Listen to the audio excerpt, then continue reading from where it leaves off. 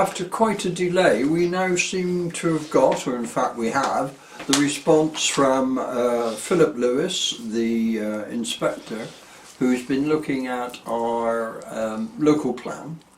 Public hearings were taken and finished on the 20th of September 2019. There were a number of issues still outstanding from the public hearings, and I think they were pretty much dealt with running into November. Anyway, we then had an election, did we not?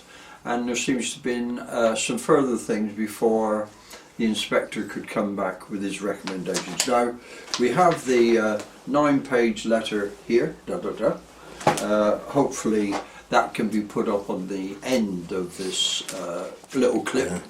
All we want to do really is to take you through with the main recommendations that the inspector has made to East Suffolk, as it used to be, as you remember, Suffolk Coastal, but it's now a part of East Suffolk. But this is the final Suffolk Coastal District Council local plan as submitted to the inspector. And he said, subject to the main modifications, which we'll quickly go through, the report that he's making with regards to the soundness of this plan is based basically on what he's read, heard and saw during the course of the inspection.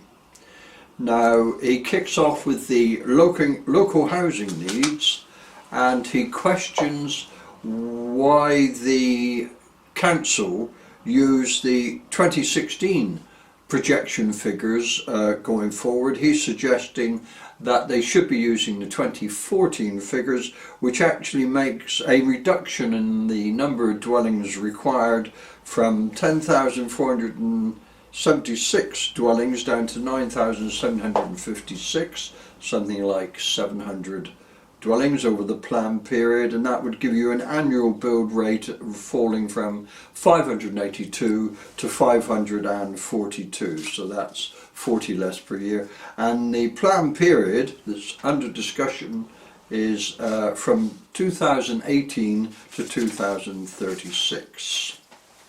Now, the local housing need runs on to immediately housing for older people, and we do seem to be having a problem. He's not clear on what the type and the number are and where they are most in need of being erected or built.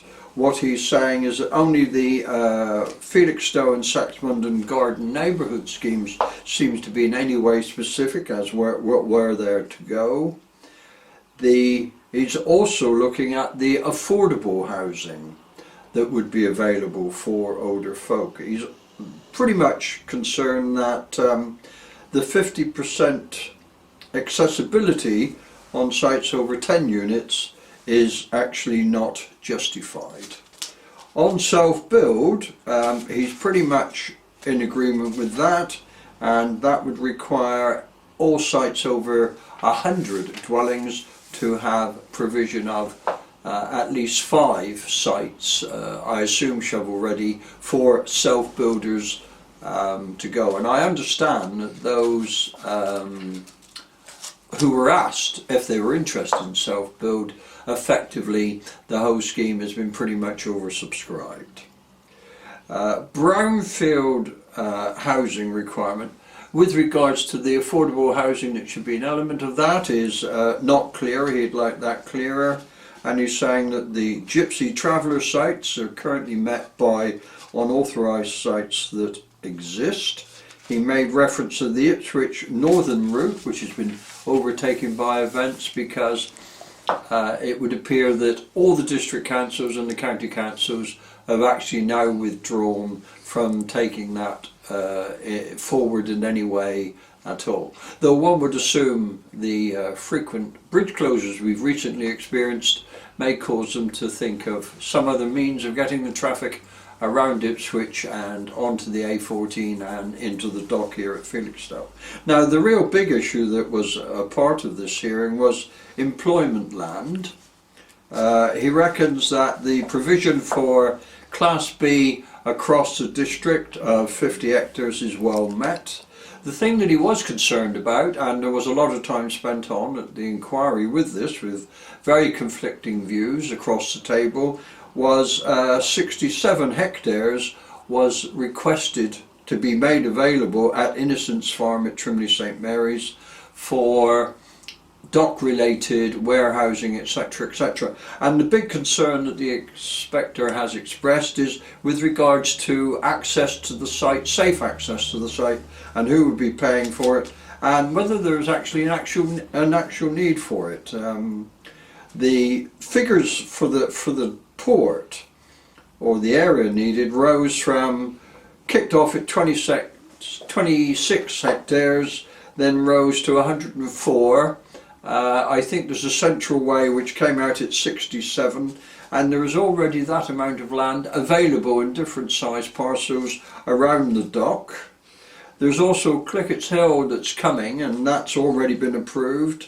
But what he also inferred and said was that there's been very little building of warehousing and port activity for some years, and questions really, where does the main splitting and distribution of containers coming to our port actually go to? The evidence at the inquiry or hearing was that a lot of it went to the Golden Triangle in the Midlands, etc., going up the land.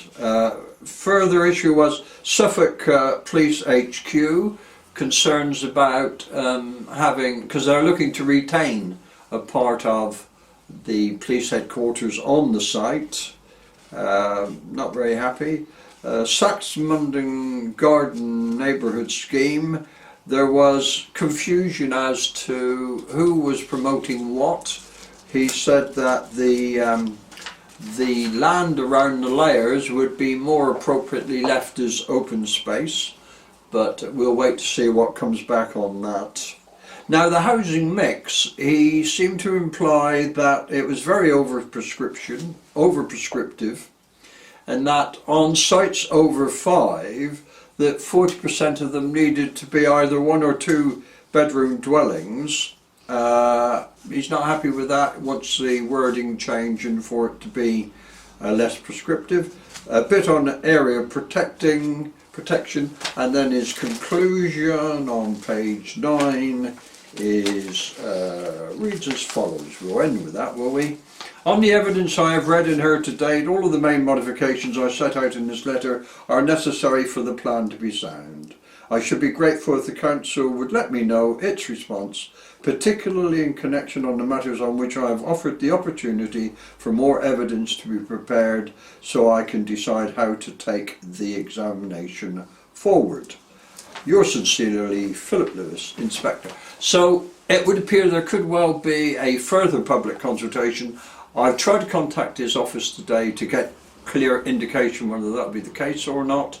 Sadly, it went to answer phone, as most calls do today. So we'll update you when we have more to tell you. Bye for now. Bye.